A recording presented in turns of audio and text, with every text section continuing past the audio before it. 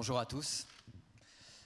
Au nom du Point, je suis très heureux de vous présenter un invité exceptionnel au livre Sur la place, puisqu'il s'agit d'Orhan Pamuk, prix Nobel de littérature, qui est présent grâce au soutien de la Fondation Jean Michalski.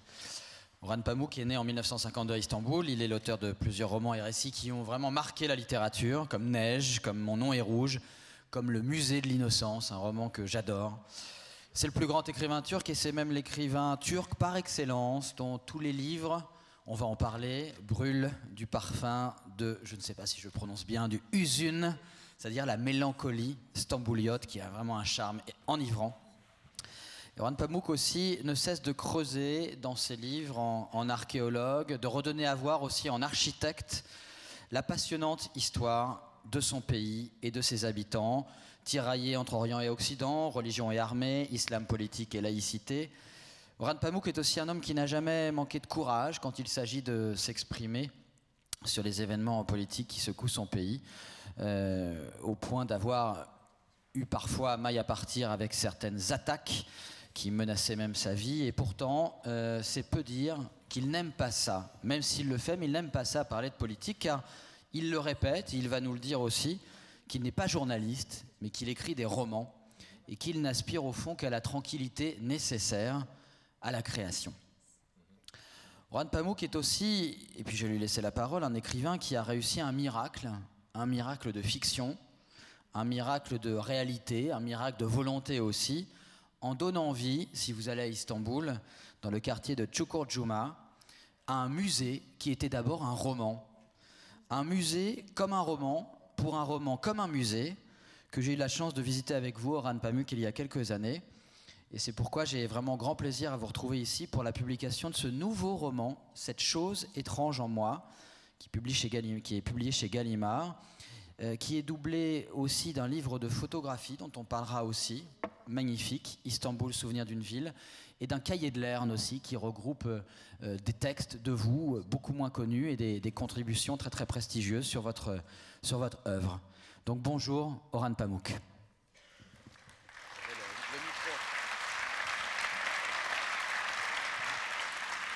C'est votre première fois à Nancy, je crois que vous avez fait un tour de la ville. Yes, it is my, unfortunately, first time in Nancy, but I will improve in years and will come back again. Unfortunately, tonight I'm going back to Paris, but I will definitely come back. Et vous venez de Oui, c'est la première fois que je viens, mais j'ai l'intention de m'améliorer, je reviendrai à l'avenir. Malheureusement, je dois rentrer à Paris ce soir. Alors nous allons parler de votre livre, Orhan Pamuk, de ce nouveau livre, et puis nous aurons l'occasion de parler de la Turquie, nous aurons l'occasion de parler de votre travail d'écrivain aussi. Je voudrais juste dire, pour ceux qui n'ont pas encore lu Cette chose étrange en moi, que c'est un roman magnifique qui nous raconte plus de 30 ans en fait, de la vie d'Istanbul, qui est la ville donc, où vous êtes né, Orhan Pamuk, et on y suit la vie d'une famille turque à travers le destin de l'un de ses membres, qui s'appelle Mevlut, qui est un vendeur de boza, et ça je vais vous laisser nous expliquer ce que c'est, une boisson, je n'ai jamais eu l'occasion de boire et je compte le faire mon prochain séjour à Istanbul. C'est un vendeur de boza, un vendeur ambulant, et c'est quelqu'un qui marche dans cette ville, dont il arpente les rues la nuit, comme Pamuk aime le faire d'ailleurs. Vous êtes aussi quelqu'un qui adorait marcher dans les rues d'Istanbul. Et puis juste, avant de m'arrêter, en fait, la particularité de ce livre, c'est qu'il va croiser le regard, Mevlut, lors d'un mariage de la plus jeune sœur de la mariée. Il tombe amoureux, il va lui écrire pendant des années, et en fait, il s'est trompé de sœur.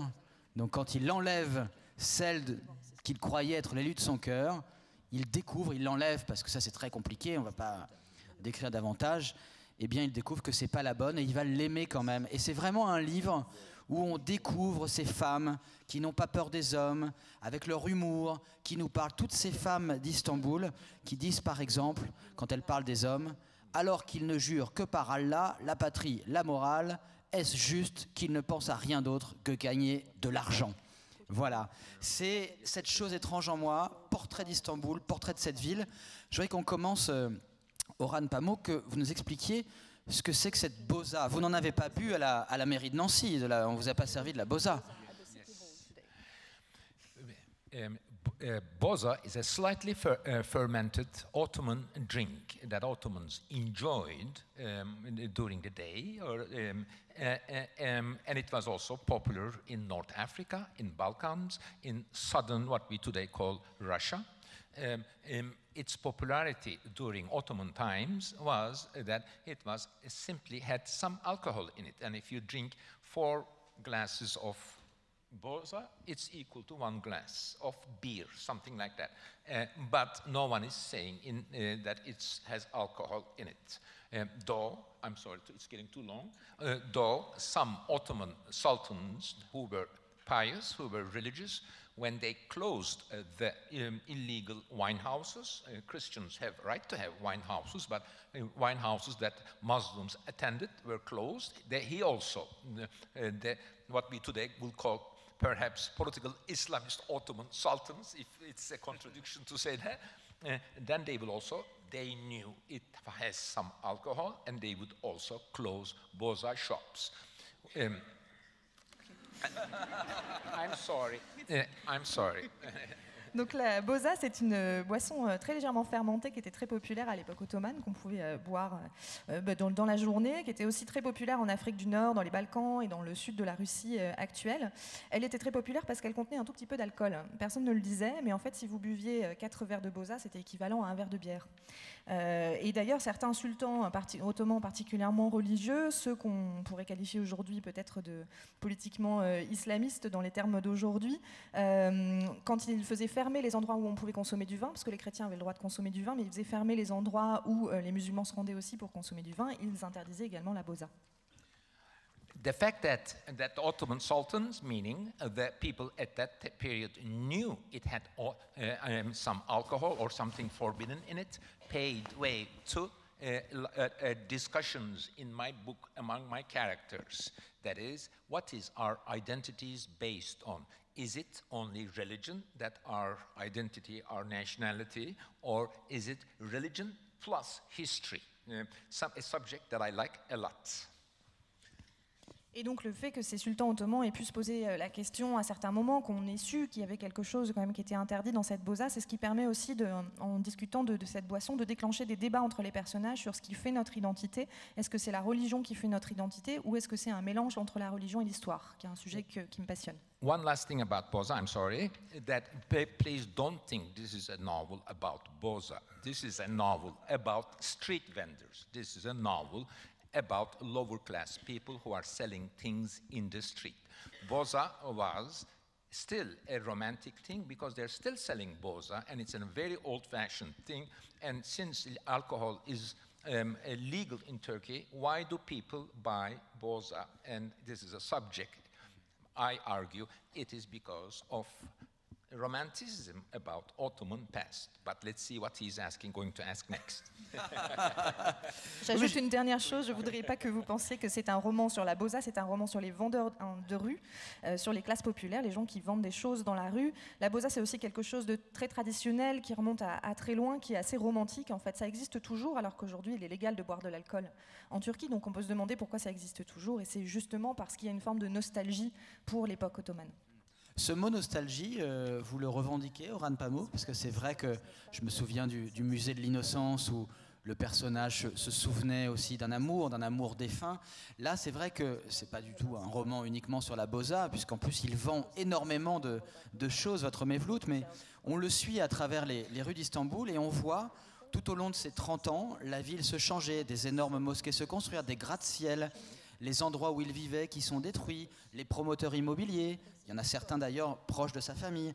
Est-ce que le mot de nostalgie, c'est quelque chose qui vous va comme écrivain, Orhan Pamuk?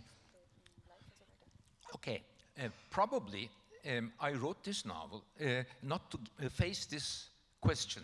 Mr. Pamuk, are you nostalgic? I was in my... It's a wonderful word, yes, nostalgia, yes, la douleur du retour. Yes. I have, in my earlier novels, some of the nostalgia middle-class people have about their past, about their town. But in this novel, I wanted to see the town through the eyes of a newcomer who doesn't have any past and he doesn't have any nostalgia. But when the book ends, now that he has spent 40 years in Istanbul, my character and my mind get closer because he also begins to feel like me. En fait, sans doute quand j'ai écrit ce roman, justement, c'était pour éviter d'affronter cette question qu'on me pose souvent, est-ce que vous êtes quelqu'un de nostalgique ? Mais les romans précédents ont effectivement abordé une forme de nostalgie des gens de la classe moyenne par rapport à un certain passé, etc. Mais justement, ce que j'ai fait avec celui-ci, c'est que je voulais essayer de regarder la ville d'Istanbul au travers des yeux d'un nouvel arrivant, quelqu'un qui n'avait pas de passé dans cette ville, quelqu'un qui n'avait donc pas un regard nostalgique sur cette ville. Sauf qu'à la fin du livre, il s'est passé 40 ans et à la fin, il est donc plus proche de moi, puisqu'il ressent quelque chose d'assez proche de ce que je ressens moi. Vous diriez donc que Mevlut, c'est moi, comme l'autre le disait avec Madame Bovary. I can probably say that my character, who is different than me from many, many aspects, let's go over it, that he is by class, by culture, by religion, by geography, by personal trauma, and by many, many things different than me. But I spent 6 years writing this book, trying to identify with him, and in the end, I identified in 2 aspects with him, but the last part is coming after the translation. C'est sans doute un personnage qui est en fait extrêmement différent de moi par beaucoup d'aspects, par sa classe, sa culture, sa religion, la géographie, les traumatismes qui lui sont propres. Mais j'ai passé 6 ans à écrire ce livre et donc j'ai passé 6 ans à essayer de m'identifier à ce personnage et j'ai fini par le faire à travers 2 choses qui viennent après la traduction. Maybe I'll just give some information about I wrote a novel in the end. Even when I was writing it, my friends, everyone I know in Istanbul will say, Orhan, how do you know this person? Meaning he is proletariat, lower class, proletariat, a newcomer, a person who builds himself a shanty house, gecekondu, with the help of his father and uncles. And so it was obvious, the problem was obviously, how do I know this person? Maybe you try, Peut-être de façon générale, pour aborder la question de quand j'ai écrit le roman, même mes amis me demandaient mais comment, Orhan, est-ce que tu peux prétendre connaître une personne comme celle que tu écris ? C'est un prolétaire, c'est quelqu'un des classes populaires, quelqu'un des bidonvilles qui arrive en ville, qui va essayer de faire fortune tout seul avec l'aide de son oncle et de son père. Donc comment est-ce que je pouvais connaître un tel personnage ? So in a way, he is an everyman. The book is based on a lot of research and my conversations with street vendors of Istanbul, and I did so many of them. Then after a while, I asked some assistants to continue. At home in Istanbul, at my studio, I have now, it's a habit for the last 15 years, I have a bank of conversations with people of Istanbul, which I may use in novels, or which maybe they will publish after me. I like doing that. Donc c'est vraiment ce personnage, un homme du commun. En fait, ce livre, il est fondé sur énormément de recherches et notamment des conversations que j'ai eues avec des vendeurs de rue à Istanbul. J'en ai eu tellement que j'ai fini par avoir des assistants en fait, à qui j'ai demandé d'aller discuter avec des vendeurs de rue à Istanbul. Dans mon atelier, en fait, chez moi, j'ai toute une banque de conversations que j'ai constituée depuis des dizaines d'années, de conversations avec des habitants d'Istanbul que j'aime conserver et que j'utiliserai peut-être un jour pour des romans. With conversations with people, with research, you can only know the general details. You can write the everyman story. But novels are based on not every man's, but 3-dimensional, unique human beings. The major effort to write this novel was making this everyman something unique, a character, and 3-dimensional character. And I thought, as I was writing, I needed to identify with this person in order to say at the end, Mevlut, c'est moi, I have found 2 things. Coming soon. Attention. Le problème quand on fait des recherches, c'est qu'on ne peut décrire qu'une sorte d'archétype, un archétype d'un personnage, alors que pour écrire un roman, on a besoin de créer des personnalités en 3 dimensions. Et c'est là que les conversations sont utiles pour réussir à créer un personnage auquel justement je puisse réussir à m'identifier au travers du processus d'écriture. Et donc pour dire que Mevlut c'est moi, il m'a fallu donc 2 choses. 2 things I share with my character is that he walks by himself at night, during the night, selling things. I used to work till 4 a.m. And return back home from my office at night at 4 o'clock. followed by packs of dogs, all the scary things in the streets, which my imagination perhaps calmed down. I share with my character his, an English critic would call, I share with my street vendor a sort of a romantic imagination. That's the concept that the British critics call, but you know, you may have romantic imagination even if you're not a British critic. Une des choses que je partage avec mon personnage, c'est que je marche souvent seule la nuit à travers la ville. Mevlut, c'est pour vendre des choses. Moi, j'ai longtemps travaillé jusque tard dans la nuit, jusqu'à 4 h du matin, et je rentrais de mon bureau en pleine nuit. Donc, j'ai été suivie par des chiens, par toutes ces choses effrayantes qu'on peut trouver dans la nuit, ce qui a nourri un imaginaire qui est peut-être finalement assez proche de celui du personnage, qui est peut-être ce que les critiques britanniques appelleraient un imaginaire romantique. Mais on peut sans doute en avoir un, même si on n'est pas un critique britannique. It was a long journey writing this book, 6 years, following footsteps of Mevlut, and towards the end of the book, I was getting closer to him, especially when he is now spent 40 years. He comes as a 12-year secondary school boy, and the novel ends 40 years later, when he also develops nostalgia for 40 years. There we are very close. And also, he doesn't understand this beton high-rise Istanbul. He's upset about that. Et donc ça a été très long d'écrire ce livre, ça m'a pris 6 ans à suivre les traces de Mevlut, et à la fin du livre il m'est devenu de plus en plus proche, tout simplement parce que 40 ans sont passés, il arrive dans cette ville quand il a 12 ans, il est encore écolier, et 40 ans plus tard, lui aussi il commence à ressentir une forme de nostalgie pour les années passées, et donc il est plus proche de moi, et surtout il ne comprend pas bien ce que devient Istanbul avec tout ce béton et ces gratte-ciel. Alors précisément, Orhan Pamuk, est-ce que, donc, vous en avez un petit peu parlé, mais c'est un roman sur la nostalgie, ou au contraire sur la vitalité d'un Istanbul qui est en train d'en finir avec les vieilleries ottomanes? Yes, good question. The novel starts with a lot of vitality. We see a lot of Turkish life, a sort of a panoramic vision of Istanbul in 70s, 80s, street fights, politics. A lot of things are happening.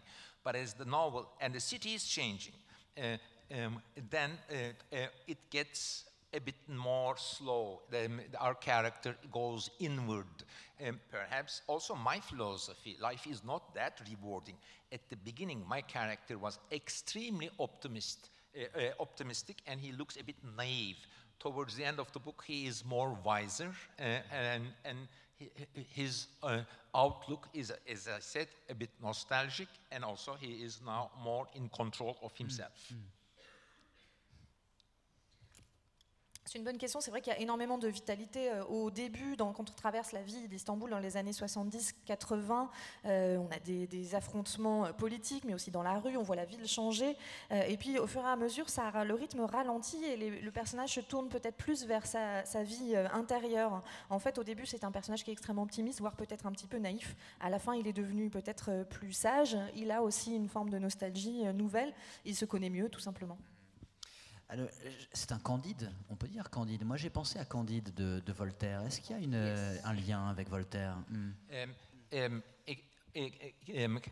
Candide's naivete is philosophical. Why my character is more simplistic. In fact, when I was writing this novel, now that you have asked Candide, I thought about the naive personages in history of literature. And the other one that, they both Candide or Julien Sorel, Stendhal, who is asking all the naive questions while he has a lot of upper class mobility and immense vitality. Or Dostoevsky's Idiots. Mevlut is partly idiot. He's always a good guy. Maybe I'm talking too much, huh? Oui, c'est Marguerite Capel, voilà, que je salue, voilà, qui traduit très très bien. Il faut l'applaudir aussi. Donc la notion de Candide, c'est une notion philosophique. Ici, mon personnage est plutôt quelqu'un d'assez simple finalement, pas forcément un philosophe, mais c'est vrai que quand j'ai écrit ce roman, j'ai pensé à des grands personnages de naïfs dans la littérature, à Candide évidemment, mais aussi à Julien Sorel chez Stendhal, qui lui aussi a cette espèce de mobilité vers les classes sociales supérieures et qui pose aussi tout un tas de questions très naïves, et aussi à l'idiot de Dostoïevski, puisque Mevlut est aussi quelque part une forme d'idiot. Il y a un film d'ailleurs que je vous conseille, qui s'appelle Innocence of Memories, où on voit, donc, qui a été tourné sur Orhan Pamuk, un film de Grant G, il s'appelle, et où on voit Orhan Pamuk se promener justement de nuit dans les rues d'Istanbul. Et c'est vrai qu'on ne peut pas penser à ce livre sans penser aussi au film et à se dire que Mevlut, effectivement, c'est peut-être un peu vous. Vous avez écrit des livres ça fait 40 ans maintenant que vous écrivez Orhan Pamuk, pratiquement, depuis le premier. Voilà, déjà 40 ans. Vous avez vu... Pardon. Sometimes say I'm writing for 40 years and I'm with Gallimard for 35 years. D'accord. Des fois, je dis, donc j'écris depuis 40 ans, mais avec Gallimard, 35 ans. Voilà, c'est bien. Vous avez vu votre ville passer de 1 million d'habitants à 15 millions d'habitants. Est-ce que, comme Mevlut, parfois, vous ne reconnaissez pas votre ville, dans laquelle vous voulez continuer à vivre, d'ailleurs? Yes, now hard questions are coming. Of course, then first, let's leave the political side. Even if there were no politics, I am happy living in Istanbul. But I am not sugarizing, glorifying it. I'm not making it romantic. It's my life. A city is like your body. Your body is giving to you. You know how to live with it. And in the end, you perhaps begin to like it a bit. I like my Istanbul a lot. It's my life. It's my identity. I can't think of living in another place. But the second part will come after the translation. On arrive maintenant aux questions difficiles. Mettons la question politique de côté, sans la dimension politique. En dehors de ça, je suis très heureux de vivre à Istanbul, mais ce n'est pas non plus une ville que j'idéalise. C'est tout simplement ma vie. En fait, votre ville, c'est un petit peu comme votre corps. Il vous est donné au départ, vous apprenez à vivre avec et vous pouvez finir par l'apprécier un peu. Istanbul, c'est vraiment une partie intégrante de ma vie et de mon identité. Now, this question is, of course, in the last 1 year and a half, in the last 2 years, is being asked with another meaning, another stress. It's a political question. Let me put the situation now. After the failed military coup, horrible coup last year, 130,000 civil servants were fired from their jobs. 50,000 people are in prison, and they are building new prisons all the time and announcing them. And around 160, 70 journalists are in jail, some of them my friends, some of them novelists. So it's very hard to accept this. You feel continuously guilty. You don't know what to do about it. How many people in jail, you said? 50,000. Donc depuis 1 an et demi, depuis à peu près 2 ans, cette question évidemment elle prend un sens très différent, elle prend un sens éminemment politique. Donc je vais revenir sur la situation actuelle. Depuis cet horrible coup d'État militaire raté, il y a 130 000 fonctionnaires qui ont été virés de leur poste, il y a à peu près 50 000 personnes qui se sont retrouvées en prison, on construit encore aujourd'hui énormément de prisons, il y a à peu près 60 ou 70 journalistes dont une bonne partie sont des gens que je connais ou des amis qui sont eux-mêmes en prison. C'est quelque chose qui est très difficile à accepter et évidemment il y a un sentiment de culpabilité par rapport à cette situation. We Turks perhaps are in the process of inventing a democracy without free speech. We'll see whether it works or not. And in this situation, it is one of the most frequent questions I get in my friends, especially international friends. Don't forget that I also teach at Columbia University 1 semester each year. So, Orhan, what will you do? Are you going to stay here? Maybe I'll just finish this question with one sentence. Last sentence. It is that some 12 years ago, I was in trouble again. I'm not this time in trouble, but 12 years ago, I was in political trouble. And a lot of death threats. Automatically, all of my friends said, Orhan, you go out, find a friend in Europe and go. I found a friend in America and went out. But this time, they're not saying anything. I'm asking them. So what do I do? What do I do? What do you think I should do? And the result of this enquete, so to speak, is 50% say go out and 50% say stay. And I stay. Donc les Turcs, on est peut-être en fait en train d'inventer une forme de démocratie sans liberté d'expression. On verra bien si ça va fonctionner à l'avenir. Mais en tout cas, cette question de savoir qu'est-ce que je vais faire, est-ce que je vais rester ou partir, c'est une des questions qu'on me pose le plus souvent, que me posent mes amis, notamment mes amis à l'international. Il ne faut pas oublier que j'enseigne à Columbia un semestre chaque année, à New York. La grande université de Columbia. Voilà. Ce que je réponds en général, c'est qu'il y a 12 ans, j'ai eu des ennuis politiques. J'étais vraiment dans une situation très compliquée et tous mes amis m'avaient dit il faut partir. Et effectivement, je m'étais débrouillée, j'avais trouvé un ami aux États-Unis pour m'accueillir et j'étais partie. Ça, c'était il y a 12 ans. C'est pas le cas aujourd'hui. Pour l'instant, je n'ai pas ce type d'ennui, donc je me demande qu'est-ce que je dois faire et je pose la question à tous mes amis. Il y en a 50% qui me disent qu'il faut rester, 50% qui me disent qu'il faut partir. Et pour l'instant, je reste. Précisément, juste pour avoir une précision, si 50% de vos amis vous disent de partir et 50% de vos amis vous disent de rester, pourquoi est-ce que vous choisissez de plutôt suivre le deuxième 50% qui vous disent de rester? Because I also because of my girlfriend who's sitting there. It's a very good reason. À cause de ma petite amie qui est assise ici. Ouais.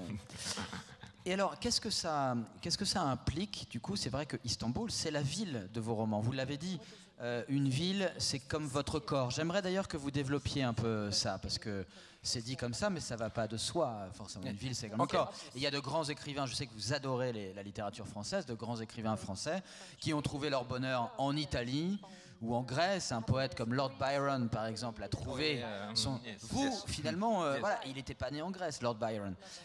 Vous décidez de vivre à Istanbul. Qu'est-ce que ça implique? Et pardon, mais je vous pose la question, parce qu'on l'attend aussi ici, en tant aussi que prix Nobel, du coup, de faire ce choix de rester dans cette ville que vous aimez. À cause de cette situation politique, est-ce que c'est une responsabilité particulière? Vous savez que vous allez être scruté par tout le monde. Now you ask 4 questions in a row. If I skip one of them, please remind. Okay. What was the first one? Vous venez de me poser 4 questions. Si j'en oublie, il faudra me les rappeler. Because I explain j'explique pour l'audience ici, pour le public, que c'est vrai que Istanbul, c'est dans l'imaginaire d'Orhan Pamuk, dans les livres d'Orhan Pamuk, c'est presque un personnage tout entier. Yes, yes. Bon, voilà. Après, il y a la situation politique qui se greffe à ça. Et vous êtes prix Nobel. Vous voyez, c'est une question à... Voilà. First of all, my answer to being a writer of Istanbul is a bit reactionary, reacting to the too frequent question of Istanbul, Pamuk, Pamuk, Istanbul, Pamuk, Pamuk, too much. What do I mean by that? Every author writes about places, people. Every author writes about people he or she knows. I'm a normal person. I also wrote about people I know. But after mid-1990s, when my books begin to get popular internationally, not Turks, but international critics begin to call me, oh, the writer of Istanbul. I began self-conscious of being an Istanbul writer through international criticism, because Turks never called me Istanbul writer. At most, they called me bourgeois writer, because previous generation of writers were all more peasants, were coming from villages, from Anatolia, and more socially committed. At the beginning, I was considered an apolitical bourgeois writer in Turkey.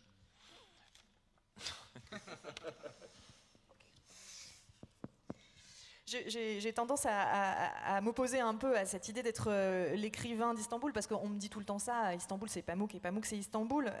En fait, tout écrivain écrit forcément sur des gens qu'il connaît, qu'il a rencontrés, et c'est mon cas aussi. C'est seulement dans le milieu des années 90, quand mes livres ont commencé à avoir une certaine popularité au niveau international, que les critiques dans d'autres pays, et pas les Turcs, ont commencé à me qualifier de l'écrivain d'Istanbul. Et c'est vraiment au travers de la critique internationale que j'ai pris conscience en fait de ce lien que j'avais avec cette ville.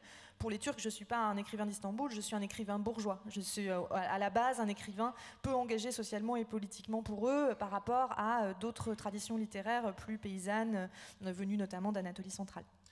So, when I was reacting to a little bit of exotism of Istanbul, I wanted to make clear that, yes, I'm a writer of Istanbul, inevitably, like everyone writes about his place, her place, but I don't want to sugarize it. I don't want, oh, I love my city. I never say that. It's a city, yes, it's a destiny. A city is a destiny. But there is also something unique to Istanbul, which I begin to get more and more self-conscious about, and I think that's why it makes me go more into its veins, its blood. Et donc c'est pour ça que j'ai tendance à m'opposer un peu à cette vision exotique, cette exoticisation d'Istanbul. Ce que je voudrais clarifier ici, c'est que oui, j'écris sur Istanbul parce que c'est inévitable d'écrire sur l'endroit d'où on vient et que c'est là d'où je viens. Mais non, je n'idéalise pas cette ville. Je ne me contente pas de dire que c'est une ville que j'adore. C'est une ville qui est complexe, mais qui a une forme de destinée comme toute ville. Mais je réalise aussi de plus en plus à quel point Istanbul est une ville assez unique. Et c'est pour ça aussi que je creuse de plus en plus profond pour vraiment rentrer dans les veines de cette ville. Now, there is something unique about me and Istanbul compared to human history is that when I was born into it, as you said, it was a city of 1 million, and now they say it's 16 million, and I was inside all the time. And in history of humanity, no writer or very few people had the privilege of seeing a town grow from 1 million to 17 or 16 million in 60 years. I was there when this unique thing happened. Of course, things are happening even more faster in Hong Kong, Shanghai, or these places. Yeah, if I were living for 16 years in Hong Kong, I would be writing about Hong Kong, whether it's beautiful or not. Il y a quand même quelque chose d'unique d'un point de vue historique dans la relation qui m'unit à Istanbul. C'est comme vous l'avez dit, c'est une ville qui est passée en 60 ans de 1 million d'habitants à 16 millions d'habitants. Et tout ce temps-là, j'étais là pour assister à cette transformation. Et c'est quelque chose d'un point de vue historique que peu d'écrivains ont eu l'occasion de vivre. Une telle transformation, une ville qui grandit ainsi de 1 à 16 millions d'habitants en 60 ans. Et donc forcément, c'est intéressant à décrire. Ça va sans doute encore plus vite aujourd'hui à Hong Kong, à Shanghai ou dans des villes comme celle-là. Si j'avais passé 50 ans à Shanghai, j'écrirais sur Shanghai. Je me fiche de savoir si elle est belle. Hong Kong et Shanghai.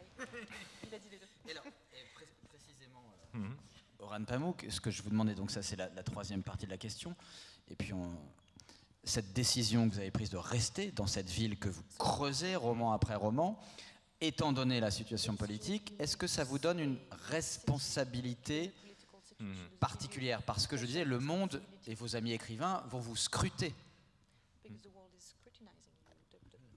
Ce que vous dites, de ce que vous écrivez. Yes.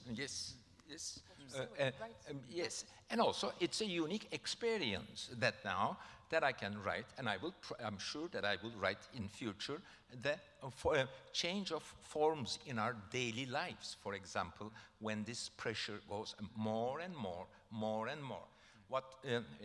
For example, the intellectuals are always talking about the latest political developments. It used to be that in more normal times, first 10 years ago, I'm just giving you 3 or 4 examples. 10 years ago, intellectuals would talk about people who oppose the government, brave people, coward people this or that. You talk about people who are on your side and attacking the government. Now, there is little talk about these people because they do not exist. And more intellectuals are now talking about inner fight in the government. And this is a typical situation of countries where there is no opposition, when there is no free speech, for example. There are so many little developments like that, and I can only chronicle them. This is a utilitarian explanation of my staying there. I'm not staying for utilitarian points, as I told, for other reasons, so it's a complex thing, yes.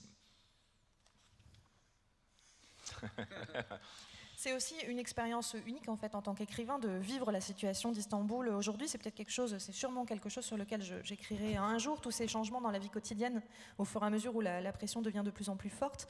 Je le vois par exemple dans les cercles intellectuels, dans les discussions qu'ils ont. Les intellectuels discutent toujours des événements politiques qui ont cours au moment où ils en parlent. Il y a une dizaine d'années, on évoquait des opposants au gouvernement. On parlait des gens qui étaient courageux ou qui ne l'étaient pas, de gens qui étaient de notre côté, du côté des intellectuels contre le gouvernement.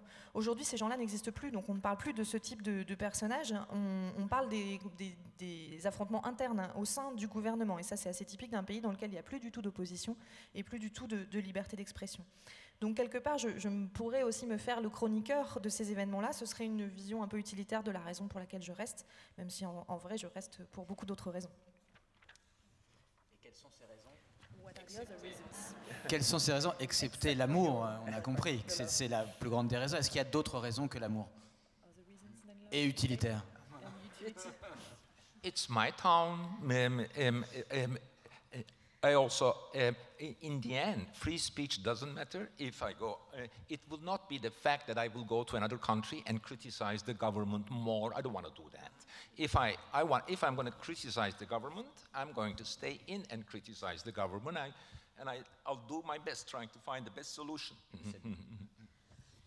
Tout simplement parce que c'est ma ville et puis que d'autre part on parle de la liberté d'expression. C'est pas parce que je me rendrai dans un autre pays que je critiquerai plus facilement le gouvernement. En fait, si je dois le faire, je le ferai de l'intérieur. But let's not make generalizations. Who knows what will happen tomorrow? You know, I don't want to behave like a smart person who can guess tomorrow. I don't know. Life is like that. You know, I'm just there. You know, there's not more explanation. Je ne veux surtout pas, en tout cas, avoir l'air de généraliser. On ne sait pas de quoi demain sera fait. Je ne prétends pas être quelqu'un de sage qui sait de quoi demain sera fait. Alors on est frappé, je le disais en introduction, par les personnages de femmes de ce livre qui sont absolument... Il y a 3 sœurs, il faut que vous rencontriez ces 3 sœurs. Vedia, Raya, pardon pour la prononciation. Vous allez le dire mieux d'ailleurs. Samiha, Vedia, Raya. Voilà, c'est bien mieux. Qui sont fortes, qui sont courageuses, qui n'ont pas la langue dans leur poche. Vous les faites parler, parce que c'est aussi une des caractéristiques du livre, c'est que chacun parle à la première personne. Alors c'est vrai que c'est plus Mevlout, ce personnage de Candide au centre, mais en fait tous les personnages interviennent avec leur nom, comme un petit peu au théâtre, et parlent à la première personne. Et ces femmes, on les entend parler à la première personne. Et ces 3 sœurs qui sont sœurs, mais très très différentes quand même. Et je me disais, est-ce que vous êtes, moi j'adore quand elle parle des hommes, est-ce que vous êtes féministe, Orhan Pamuk? Vous nous les faites adorer, ces femmes, et on les entend, et c'est rare de les entendre aussi bien. I have such a long answer to that. First, to be a novelist, you have to find some sentimental connection to what you write. My mother had one older sister, one younger sister, and they will get together.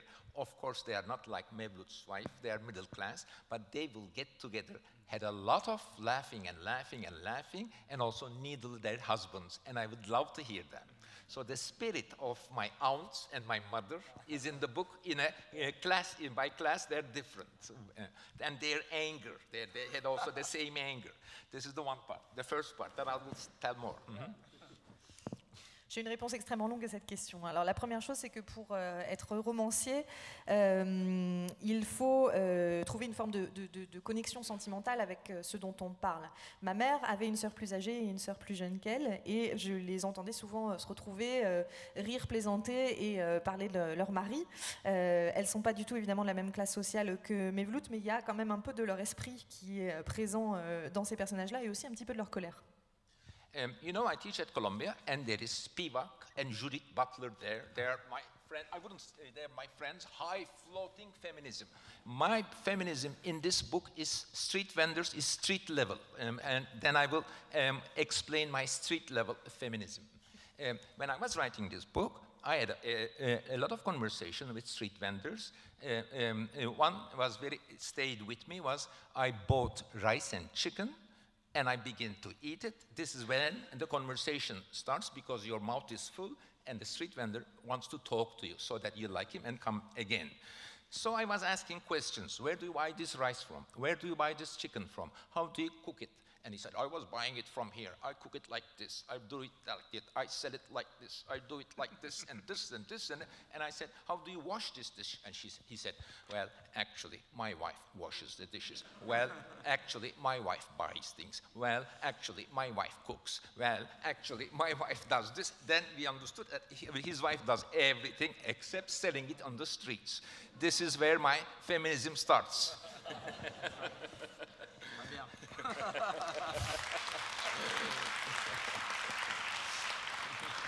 Alors vous savez, j'enseigne à Columbia, donc là-bas il y a énormément de féminisme de très haut niveau, comme Judith Butler et d'autres qui sont aussi mes amis. Là je parle de féminisme de vendeurs de rue, du féminisme de la rue, et je vais expliquer ce que ça signifie. Quand j'écrivais ce livre, je me souviens d'une conversation en particulier avec un vendeur de rue.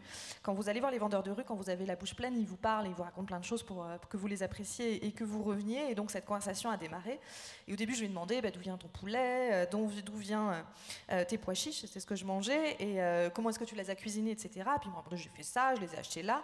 Et à un moment, je lui ai demandé et comment tu fais ta vaisselle, et il m'a répondu, en fait, c'est ma femme qui fait la vaisselle. Puis en fait, c'est ma femme qui cuisine, et en fait, c'est ma femme qui achète. Et donc, il s'est avéré qu'en fait, sa femme faisait tout à part vendre les produits dans la rue. Et c'est là la source de mon féminisme. When this book was published in Turkey, I also went to a few towns to promote it. And then I will also tell this story that I just told you. And then in this book, I used to say that that's how I started being a feminist in this book. And just like here, but in a woman sitting in front rows in Turkey would clap. When I say I'm a feminist, I want to be a feminist. Quand le livre a été publié en Turquie, j'ai fait une tournée dans différentes villes pour faire la promotion de ce livre, et j'ai raconté cette même histoire devant des audiences turques. Et quand je disais, voilà, c'est comme ça que je suis devenue, à travers ce livre, un féministe, les femmes turques qui étaient assises au premier rang m'applaudissaient. Quand je disais que j'étais devenue féministe, ou en tout cas j'avais envie de l'être. Alors, comment justement les femmes ont réagi? Parce qu'il y a deux des sœurs, je vais pas trop déflorer le livre, mais il y a quand même certains personnages qui sont des femmes qui décident de vivre leur vie, de quitter en fait leur mari, de fuir leur famille, leur père aussi. Comment les femmes turques ou vos lectrices ont réagi à ces personnages de femmes extrêmement indépendantes et qui quittent tout en fait pour l'homme qu'elles aiment en disant non à la famille, non au précédent mari? Running away with a boy, running away with a girl is one of the most frequent methods of marriage in my part of the world. I wouldn't even say Turkey, in all Asia, in fact. And the idea came to me as I did an interview with a boza vendor. And of course, most of the time, running away with a girl is a matter of two things. You're in love, but you don't have money, so that your family cannot go to the father of the girl and say, so they run away. Also, most of the time, there is always a collaborator in the family. Sometimes it's only a theater not to pay money. Both sides know about it. Sometimes they let your daughter run away so that they will save the face for not getting any money for your daughter. There are so many variations about this. So I decided to use this method of a marriage. Mm-hmm. En fait, se sauver avec un garçon ou se sauver avec une fille, c'est la méthode la plus fréquente pour se marier en Turquie, mais aussi en Asie en général. C'est une idée d'ailleurs qui m'est venue là aussi d'une interview, d'une conversation avec un vendeur de boza. La plupart du temps, c'est parce qu'un garçon, par exemple, est amoureux, mais n'a pas les moyens d'envoyer la famille faire la demande officielle au père de la main de sa future fiancée, donc on l'enlève. Et parfois, c'est simplement aussi une façon de sauver la face, parce que c'est au contraire la famille de la femme qui n'a pas forcément de quoi payer une dot pour elle, donc on la laisse se faire enlever et ça règle le problème. Maybe one last thing about what do women readers say about my books. First of all, we may have to make this a generalization. What do men readers say about my books? Because 70% of novels, not only in Turkey, all over the globe, are read by men. If you pay attention to statistics, we novelists are writing for women, more or less. And I'm happy about that. 70% women readers? Yes. Mm-hmm. Juste pour finir de répondre à la question sur les lectrices, je peux difficilement faire une généralisation, mais en fait je ne pourrais pas répondre vraiment à la question inverse de me demander ce que les lecteurs en pensent, parce qu'en fait à l'échelle pas seulement de la Turquie mais du monde, 70% des lecteurs sont des lectrices, et nous les romanciers on écrit plus pour des femmes que pour des hommes. Well done. Je voudrais qu'on dise un mot quand même. Ce que j'aime, ce que j'adore dans votre littérature, c'est que j'ai l'impression à chaque fois, et c'est une question que je me pose quand on écrit, est-ce qu'on ne fait pas des petits musées, des petites briques de mémoire? Et c'est vrai que je voudrais quand même vous dire un mot de ce musée de l'innocence, à la fois le roman et ce véritable musée qu'Orhan Pamuk a fait donc, dans ce quartier de Çukurcuma à Istanbul. C'est-à-dire que dans le musée de l'innocence, vous vous souvenez, c'était l'histoire d'un homme qui décidait en fait de construire presque un musée avec tous les souvenirs de la femme qu'il avait aimée. Même par exemple les 4000 mégots, alors 4000 il va me corriger, mégots de cigarettes, toutes les cigarettes qu'elle avait fumées, et chaque cigarette consumée le rappelait à un souvenir, à une scène de dispute ou à une scène d'amour. Bon, c'était absolument magnifique. Et ce qui est très très fort, c'est qu'à la fin du livre, le musée existait, le livre était lui-même un musée, mais vous avez tenu à faire ce musée. Et quand vous vous promenez dans ce musée, quand vous le visitez, chaque chapitre est une sorte de petite boîte. Par exemple, le passage où il décrit comment le père se rasait. Orhan Pamuk a reconstitué le lavabo avec la faïence de l'époque, le petit savon à barbe. Et vous avez l'impression d'être à l'intérieur du roman. Alors moi, j'adore ça. Mais du coup, je m'étais posé une question que je vous avais posée à l'époque, mais comme vous n'étiez pas là, je vais le lui reposer.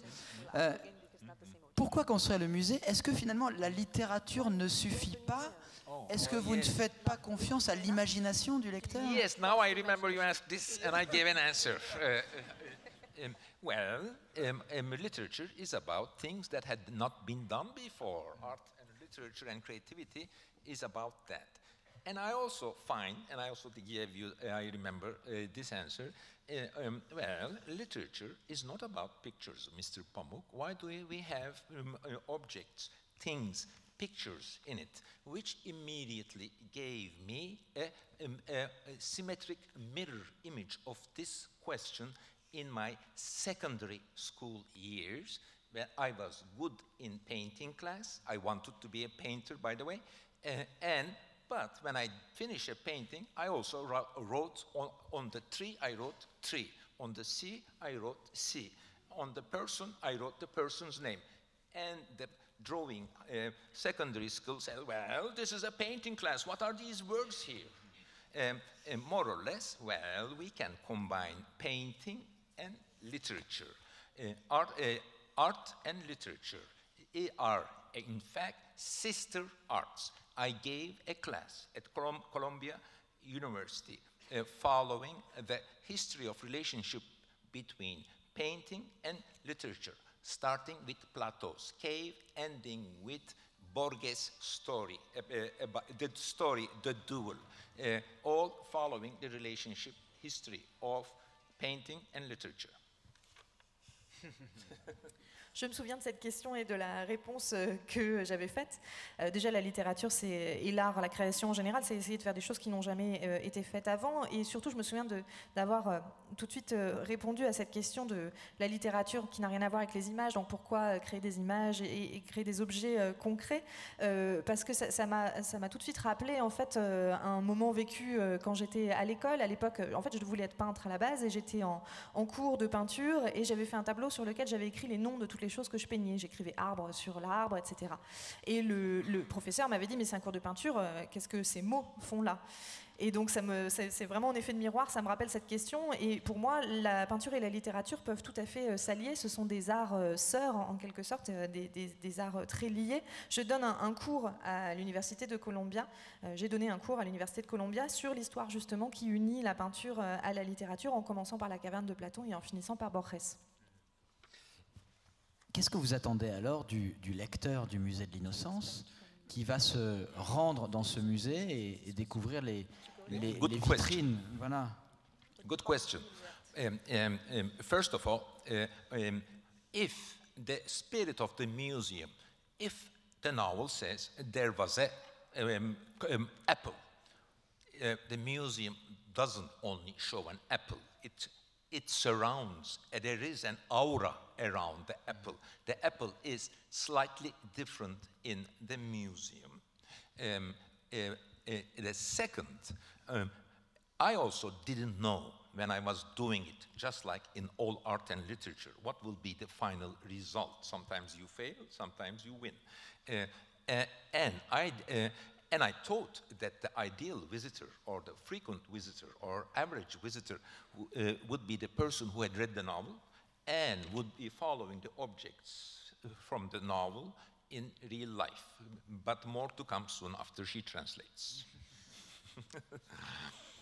C'est une bonne question. La première chose, c'est que j'ai pensé que l'esprit du musée allait produire un effet. Si vous présentez une pomme dans un musée, c'est plus seulement une pomme, il y a une forme d'aura, une atmosphère autour qui fait qu'elle sera forcément différente.